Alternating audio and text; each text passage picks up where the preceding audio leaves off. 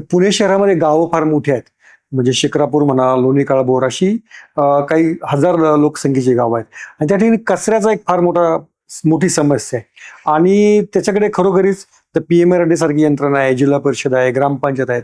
मग तुमच्यामध्ये या समस्येवर काम करण्यासाठी काही प्रयत्न सुरू आहेत का आणि या समस्येवर काही मार्ग निघू शकेल का? आता खरं सांगायचं झालं तर कुठलीच जिल्हा परिषद ह्याच्यामध्ये सक्षम नव्हती. मात्र आता त्याच्यावर खूप मोठ्या प्रमाणावर आता काम करायला आपण सुरू केलेलं आहे. दोन प्रकारचे आपल्याला दोन अँगलनी बघायला लागेल. एक तर लिक्विड वेस्ट आणि सॉलिड वेस्ट. लिक्विड वेस्ट जे आहे ते बऱ्यापैकी हे म्हणजे अनट्रीटेड वेस्ट हे जातं नद्यांमध्ये, नद्या पुढे जातं आणि मग तो प्रवास होतो पुढचं, मग त्याचे परिणाम आपल्याला माहित आहेत. दुसरा आहे हा सॉलिड वेस्ट, म्हणजे जे काही बाकीचा सगळा जो कचरा मग त्याच्यामध्ये आता सगळीकडे शहरांमध्ये पण आणि ग्रामीणमध्ये पण मेजर इश्यू आहे तो सेग्रिगेशनचा. म्हणजे प्लास्टिक वेगळं काढणं, जैव आणि म्हणजे तुम्ही ड्राय वेस्ट आणि वेट वेस्ट वेगळं काढणं. बरोबर. आणि हे जोपर्यंत आपण म्हणजे ते हॅबिट म्हणजे ते आपण समाजात रुजवत नाही तोपर्यंत होत नाही. ते शहरात बऱ्यापैकी आता होत आले, ग्रामीणमध्ये नाही झालं. काही आता हिंजवडी असेल, चाकण भागात असेल किंवा या बाजूला उरळी, कांचन, वाघोली, शिरवळ किंवा म्हणजे पुण्याला जोडणाऱ्या 5 हायवेच्या बाजूला सगळी मोठी गाव आहेत आणि हा सिरियस इश्यू सगळीकडे. तर आता प्लास्टिकसाठी आणि सॉलिड वेस्टसाठी एक मोठी मोहीम आपण घेतली आणि त्याचा पहिला प्रयोग आपण चाकणमध्ये करतोय.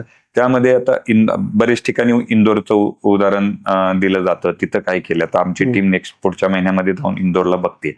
आम्ही चाकणच्या बाबतीत पालकमंत्री महोदयांनी पण बैठक घेतली आणि आम्ही मग सगळ्या ग्रामपंचायती मोठ्या त्याच्या आजूबाजूच्या त्याचा आम्ही ग्रुप तयार केला आणि त्यांचा एक ग्रुप प्रोजेक्ट आम्ही आता करतोय आणि त्या सगळ्या तयार आहेत. म्हणजे मोठ्या ग्रामपंचायती ज्या आहेत आजूबाजूच्या, म्हणजे जवळपास 30-1 किलोमीटर पर्यंत कचरा आणायचा आणि तिथं ट्रीट करायचं आणि मग तिथं सेग्रिगेशनचा त्यांचा एक मेकॅनाइज्ड प्लांट चांगला आहे. म्हणजे त्याचा प्रयोग तुम्ही चाकणमध्ये पहिला करतो. इंडिव्हिज्युअल गावांनी केलाय. म्हणजे आमच्याकडे आता प्रोजेक्ट अजून इम्प्लिमेंट व्हायचा आहे, पण चालू असणारा एक प्रकल्प आहे ओतूरमध्ये चालू आहे, एक उरळी कांचनमध्ये प्रयोग करताय. तर मोठा प्रकल्प आपण चाकणमध्ये करतो. अनेकदा महामार्गांवरती कचऱ्यांचे ढीग पण दिसतात आपल्याला आणि तर त्याच्यावरती जिल्हा परिषद लक्ष द्यायचं का NHAI लक्ष द्यायचं, काय नक्की तुम्ही? बेसिकली आता ह्याच्यामध्ये हद्द कोणाची आहे त्यांनी लक्ष द्यायचं असेल. नॅशनल हायवेच्या हद्दीत असेल तर त्यांनी लक्ष द्यायचं असतं, ग्रामपंचायतीची हद्दी असेल.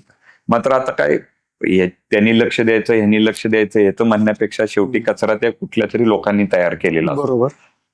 त्यामुळे त्याला आपण सेग्रिगेट करायला आता इश्यू आहे. म्हणजे आम्ही आता मी चालत जवळपास शिरवळ आणि ह्या भागातल्या जेवढ्या ग्रामपंचायती आहेत त्या चालत आम्ही बघितलं. आमचा किकवीचा एक चांगला प्रोजेक्ट तिथं सॉलिड वेस्ट, तिथं जर तुम्हाला कधी वेळ मिळाला तर बघा. म्हणजे हे कचऱ्यावर म्हणजे प्लास्टिकवर विघटन करून त्याचं हे करायचं, त्याचा एक प्रोसेसिंग पण ते आता रिप्लिकेट करायला लागेल. भोर तालुक्यात चांगला प्रयोग आमच्या ग्रामपंचायतीने केला.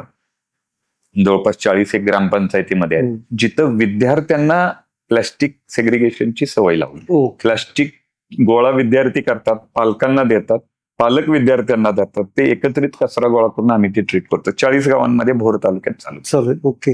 तो चांगला प्रयोग. सोशल मीडियाच्या भाऊ गर्दीत विश्वासार्हतेने चकाकणारे नाव म्हणजे लेट्सअप मराठी. सगळ्या नागरिकांना ती स्पीच, ती लेट्सअप वरील मुलाखती म्हणजे विचारांचा खजिना. त्यानंतरच्या निवडणुकीमध्ये मला सोडून गेले. बातम्या केवळ वस्तुस्थिती सांगणाऱ्या, न प्रोपगंडा, फक्त जनतेचा अजेंडा. क्योंकि आने वाला कल जाने वाला है, जाने वाला कल आने वाला है. राजकारण, मनोरंजन असो की क्रीडा क्षेत्र, महाराष्ट्राची स्पंदने संवेदनशीलतेने टिपणारे माध्यम म्हणजे लेट्सअप मराठी. जगासोबत एक पाऊल पुढे राहण्यासाठी लेट्सअपचे ॲप, सोशल मीडिया आणि वेबसाईट सोबत कनेक्टेड रहा.